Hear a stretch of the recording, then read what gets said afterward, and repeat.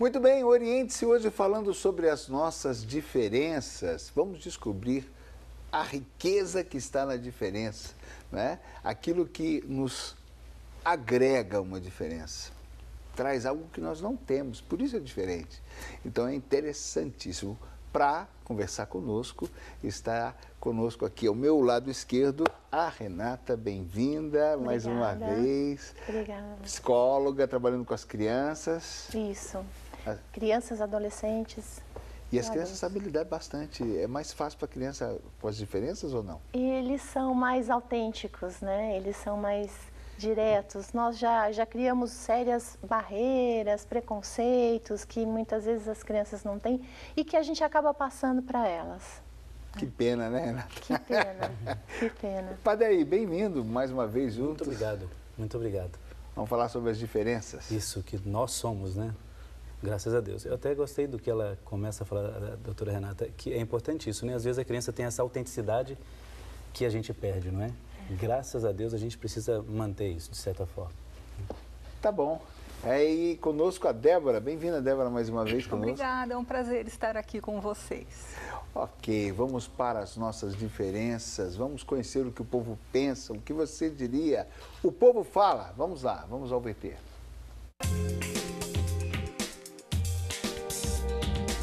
Sim. Cada uma pessoa tem um gênio, então, claro, tem que achar a pessoa que às vezes concorda e outros discordam, né? Talvez a pessoa tenha um gênio diferente e a pessoa não conseguir controlar, aí pode terminar em conflito. Podem sim. Não deve ter muito preconceito, conforme as diferenças, pode sim. Atrapalhar o convívio, não.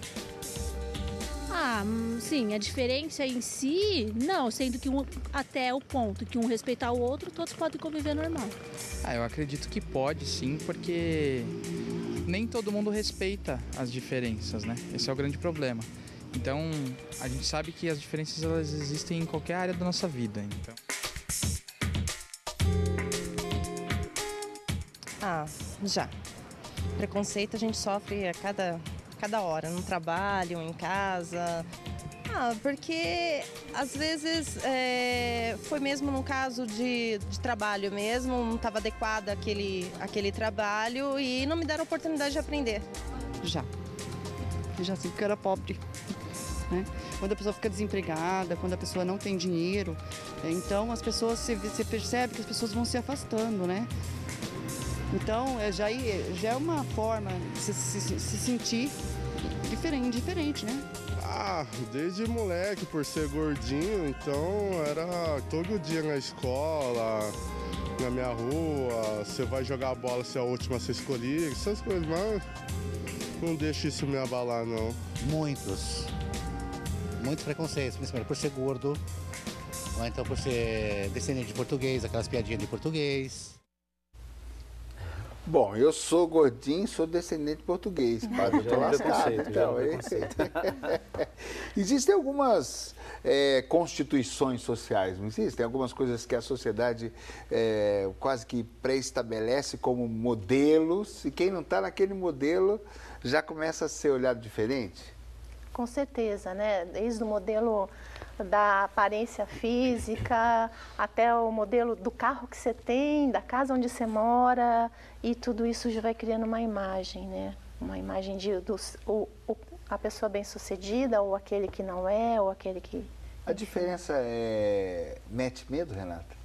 Eu acho que a grande parte do preconceito que às vezes a gente cria com algumas coisas é pelo medo de não saber como lidar com aquela diferença. Então, como eu não sei o que fazer, eu prefiro me afastar. Excluir. Retirar do meu convívio para ficar mais fácil. Isso. A gente está sempre procurando levar a vida mais fácil, né? Que coisa! A gente se afasta do entendimento, né? A gente se afasta do entendimento. A gente quer o controle remoto, a gente quer o carro automático. Né? Facilita quando a gente foge. Facilita quando a gente foge, né, padre?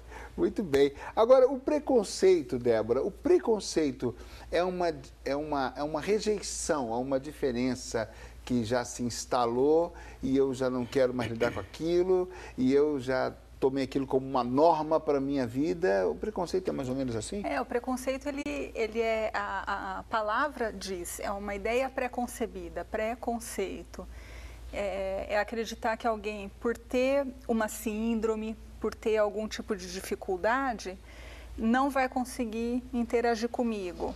Ou, hoje fala-se muito no autismo, né? Então, existe um preconceito de que o autista vai se comportar de uma maneira agressiva. Então, eu preciso tomar cuidado, eu quero me afastar, porque o autista, ele bate, e bate de uma maneira muito violenta, ou alguém com síndrome de Down não pode trabalhar, não pode levar uma vida adequada. São ideias pré-concebidas.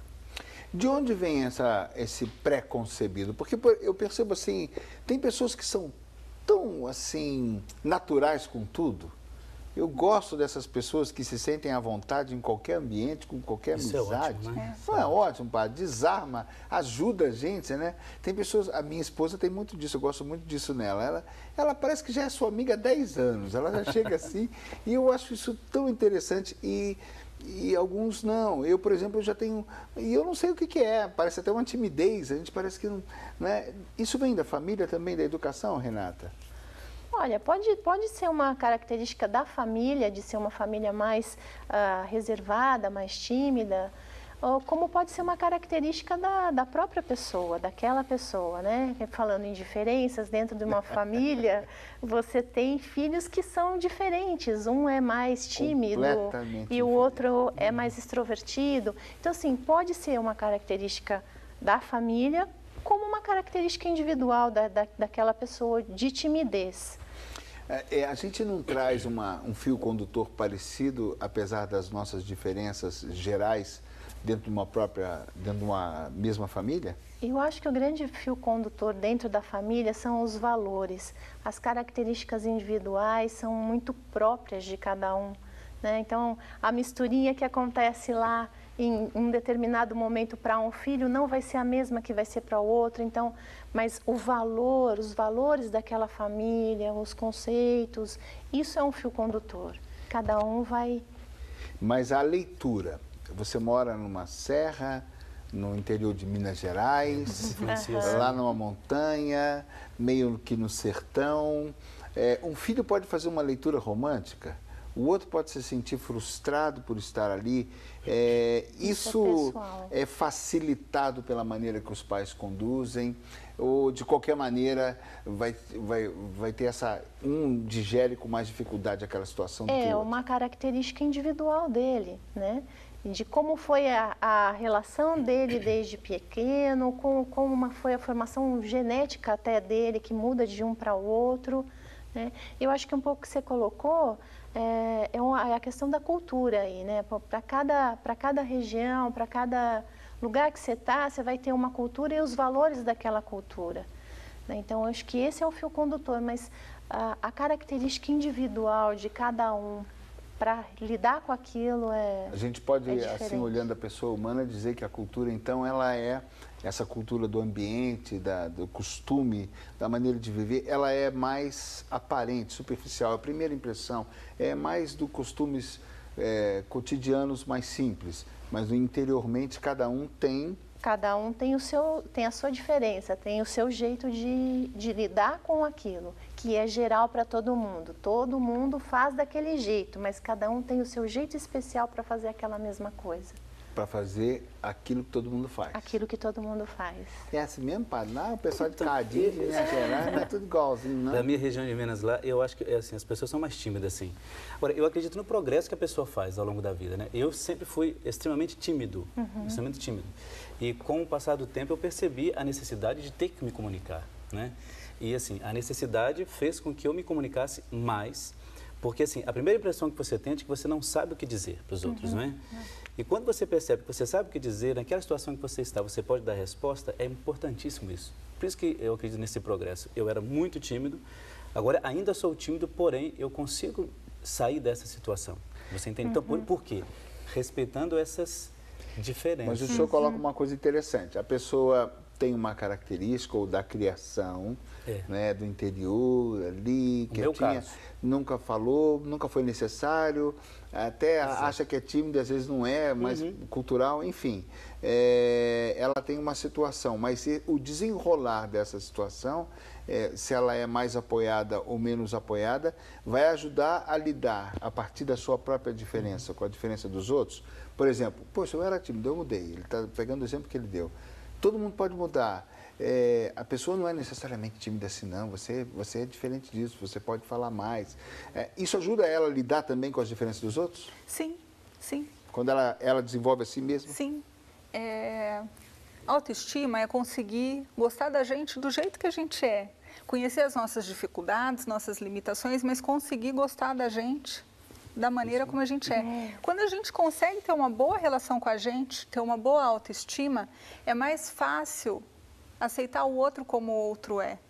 E aceitar as dificuldades, as limitações do outro. Essa é uma boa dica, não é, Débora? É uma ótima dica. Porque o meu preconceito com o outro, a minha maneira de lidar de uma maneira com dificuldade de lidar com a diferença do outro, é um reflexo da minha dificuldade? Normalmente sim.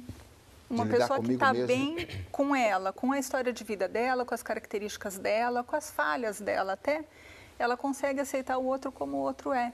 Uma pessoa que não está em paz com a própria natureza tem muita dificuldade em aceitar o outro. É interessante que a gente vê, até nos filmes americanos, sempre se passou muito isso, né? Daquela patotinha.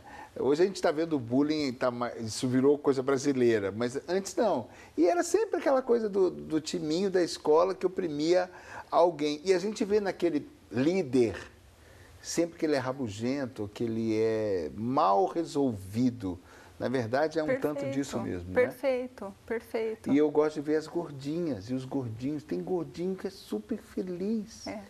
A maioria, pelo menos eu tenho muitos amigos gordinhos que são felizes e curtem e gostam e parece que são até gordinhos por serem felizes. Eu sou feliz por serem gordinhos. Tem um pouco disso, não tem? Assim, da pessoa ser tão resolvida que ela não... Aquilo para ela não é um problema, não incomoda. Ela consegue se aceitar. Né? Então, ela vai levar a vida com uma leveza maior. Ela vai conseguir gastar a energia dela com questões que envolvam a evolução dela como ser humano, o crescimento dela. E não com essas coisas. E não com isso, né? Porque esse tipo de preocupação suga a energia da gente, põe a gente para baixo e tira energia e tira motivação para que a gente realize outras tarefas, não é, padre? Eu fico pensando assim... O tema eu acho que é muito apropriado, muito pertinente, porque quando falo em diferença, para mim eu fico pensando assim, a quem incomoda a diferença? Não é? Por exemplo, se eu sou diferente de alguém, quem tem incomodado com isso? Quer dizer, por isso que entra a questão da autoestima, né? Então, assim, quando tem, em todos os níveis, né? Quando tem os pais que têm um filho com uma necessidade especial, quer dizer, incomoda a quem aquela necessidade? Então, as outras pessoas, aquelas que estão ao redor, onde ele vai, colégio, onde for, quer dizer, as pessoas não podem se incomodar com aquilo. Então, por isso que a gente tem que tratar, eu acredito, nessa diferença de uma maneira um pouco mais tranquila. Quer dizer, olha, se a família aceita aquela condição, se a família percebe aquilo ali, isso é importante. Olha, o meu filho tem essa necessidade especial, então, por isso, ele vai ser cercado de cuidados, mas não de que ele vai enfrentar a vida. Agora, não se incomodar tanto com aquilo que os outros pensam. Aí, eu acredito que torna esse preconceito. Diferença e preconceito andam ali. É aquilo que a sociedade colocou como modelo. É estabelecido, né? Então, a questão das classes sociais, por exemplo. Meu pai, ele é um nordestino que veio do interior, ele não terminou o primário, e meu pai tratava todo mundo de maneira igual. Meu pai fazia questão de cumprimentar o gari, né? E eu cresci com isso, né? E eu gosto, eu dou boa tarde, bom dia para o porteiro, onde eu entro, sempre, sempre, sempre. E a gente percebe o quanto que as pessoas não dão. Não cumprimentam, não falam. Não dão a importância. Não dão importância. Não é um ser humano que está ali. E é engraçado que, com o tempo, a gente vai percebendo que aquela pessoa também acaba não se dando a importância. Ela não tem o valor que o doutor tem. Eu sou só isto. Isso é terrível, né? E aí começam a se estabelecer umas situações que a gente não pode conviver junto, porque nós somos diferentes. Né? Tem muito dessas convenções sociais, né? Sim. Né? Nessas ideias. E eu penso que a família, voltamos para a família, né? Eu penso que a família, a maneira que a gente é criado, a maneira que os nossos pais, na sua humildade, é interessante que quem foi humilde ou veio de uma origem humilde, teve que suportar, então parece que tem mais até integridade do que o outro que não tinha que suportar nada de ninguém, né? Interessante. Então vem da família muito disso, não é, Débora? Tem um trabalho interessante de um professor, se eu não me engano, da USP de São Paulo, sobre invisibilidade social. Ele se veste de gari e fica na rua durante alguns dias e anota quantas pessoas tentaram interagir com ele, né? E ele se sentiu invisível socialmente, né? Então, é como se essas pessoas não existissem de verdade, elas não têm a menor importância, elas não têm significado nenhum para o outro. Essas casas de recuperação de dependentes químicos, de pessoas de rua, tem vários testemunhos de pessoas que ficaram curadas a partir do momento que foram acolhidas. Sumiu. Eu lembro de um testemunho de um rapaz que tinha até o vírus da AIDS e sumiu o HIV dele. Assim, não tem porquê. E ele estava lá na rua com aquela situação subhumana, né? E o dia que ele foi acolhido, passaram-se uns meses, desapareceu todos os problemas de saúde dele. A pessoa até, ela absorve, né? Tanto que um cuidado que se tem nos tratamentos, nas comunidades terapêuticas para recuperar o usuário de substância, não se permite que as pessoas se comuniquem usando apelidos. O nome tem que ser pronunciado e o nome inteiro. É identidade. Que bacana, é identidade. É uma situação nome batismal. E o nome inteiro. Isso. É uma situação batismal. É muito de você ter que dar o nome inteiro. Que legal isso. É muito legal. E quando eles saem do tratamento, eles dizem isso, que o quanto foi importante pela primeira vez ser chamado pelo nome. Né? Não é o goiaba, não é o Tiquinho. Exatamente. Não é o não é o José João. Exatamente. Você cria uma identidade. É identidade. Né? Você redescobre a sua identidade, né? Você retoma a sua dignidade. Isso. Sim. Só de saber que tem um nome, né? Isso. Porque o apelido, ele disfarça aquilo que você de fato não é, né? Quer dizer, você representa alguma coisa para alguém. E é um preconceito, né? O que é o apelido? É o bochecha, é alguém bochechudo. O cabeça, é alguém com uma cabeça grande. Né? Mas não, é o goiaba. Eu tenho um amigo chamado, que ele chama de cabeça. Estou lembrando dele aqui, porque ele tem a cabeça grande mesmo. Então, cabeça, seu amigo, ele tem um nome, não é? Que eu nem sei qual é o nome. Pois é. Eu não sei qual é o nome. Mas é muito interessante tudo isso, porque, quer ver uma coisa? Eu não gosto de cerveja. Sabe por quê? Porque eu era obrigado a tomar cerveja. Quando você é jovem, você não toma cerveja, tem que tomar. Não. Eu tomei birra, falei, não toma esse troço. Por que eu sou obrigado a tomar esse negócio? Só porque tu não toma. Então, até no meio, o jovem tem muito disso, né? Ele anda em grupo. Sim. A etapa pede isso, né? Né, psicóloga? Isso. Em determinada fase do desenvolvimento, na adolescência, faz parte que ele se identifique com um grupo, que ele ande com um grupo. Né? Ele precisa ser igual para depois conseguir ser diferente. Se diferenciar. Olha que legal. Quer dizer, e aí o que aquele grupo tem de convenção, ele adota? Isso. É a convenção do grupo, é a ideia do grupo, é aquele grupo com quem ele se identifica naquele momento, Mas algumas coisas se perpetuam, né? Hoje está mais difícil, talvez, abandonar certas convenções que esses grupos têm. Por exemplo, a pessoa começa a se tatuar. Ela vai ser o resto da vida tatuada. Bota um alargador na orelha. Ela já não está naquele grupo, mas ainda tem aquela situação. Ela leva como uma cicatriz aquilo, uma marca de um momento que ela viveu. Não necessariamente ela vai continuar alargando ou se tatuando, mas ela vai ter aquela marca. Que é interessante perceber, hoje está bem nítido isso na juventude, né, na sociedade. as pessoas que se vestem de preto, as pessoas que pintam a unha preta, ou as pessoas que têm um alargador, ou a pessoa que bota o cabelo colorido. E com ela tem alguém de cabelo colorido. E são grupos, são, como é que fala? São tribos. São tribos. Guetos. Né? E, na verdade, são guetos. E que acabam gerando o preconceito, né? Porque o bonito é do jeito que eu sou. Na adolescência, isso é um processo natural, que com certeza espera-se que passe, né? Mas você continuar numa certa idade com esse tipo de comportamento, com esse tipo de preconceito, aí já não é mais o esperado, né? No adolescente você espera que ele tenha alguma É uma coisa busca assim. de identidade? Sim. Isso. Então, hoje, a sociedade ainda continua buscando bastante encontrar a sua identidade. O que a gente percebe é que hoje todo mundo quer ser adolescente, né? As crianças, elas já querem ser adolescentes. A gente vê meninas muito pequenas querendo pintar as unhas, se maquiar, usar salto alto. Até as atrizes de 60, 70 anos querem ser também, adolescentes. exatamente. Isso. Então, as crianças e as idosas se vestem como adolescentes. Né? Parece que é um fenômeno aí. E aí foge do que a gente Freud explica, do que o que a gente considera normal.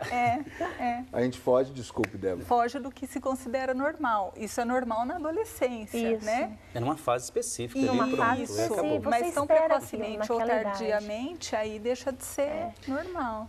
Mas há casos que a gente, você percebe no convívio, de pessoas que, a gente fala assim, né, como chavão, não saíram da adolescência. Não saíram da adolescência. Que de fato não saíram. Tem pessoas da minha idade, 45 e tal, que você percebe que parece que houve um deslize ali na formação da pessoa, em que ela traz muitas coisas que são complicadas de você tentar resolver. Porque uma coisa é a maturidade para solucionar alguns problemas. Então, assim, aconteceu isso, tentou resolver e pronto. Para algumas pessoas não. Elas remoem aquilo, voltam, é terrível. Não superam. Interessante. Primeiro bloco nós estamos terminando que às vezes eu me faço diferente, né? Muitas vezes eu procuro ser diferente. Eu estou procurando, o meu jeito é esse, você tem que me aceitar, padre. Como diz a Gala, vai ter que me engolir. Nós vamos para o intervalo. Esse é o nosso Orientes falando sobre diferenças. Elas são riquezas. A gente vai chegar na parte da riqueza. Por enquanto estamos na diferença. Vamos para o intervalo, a gente volta já já.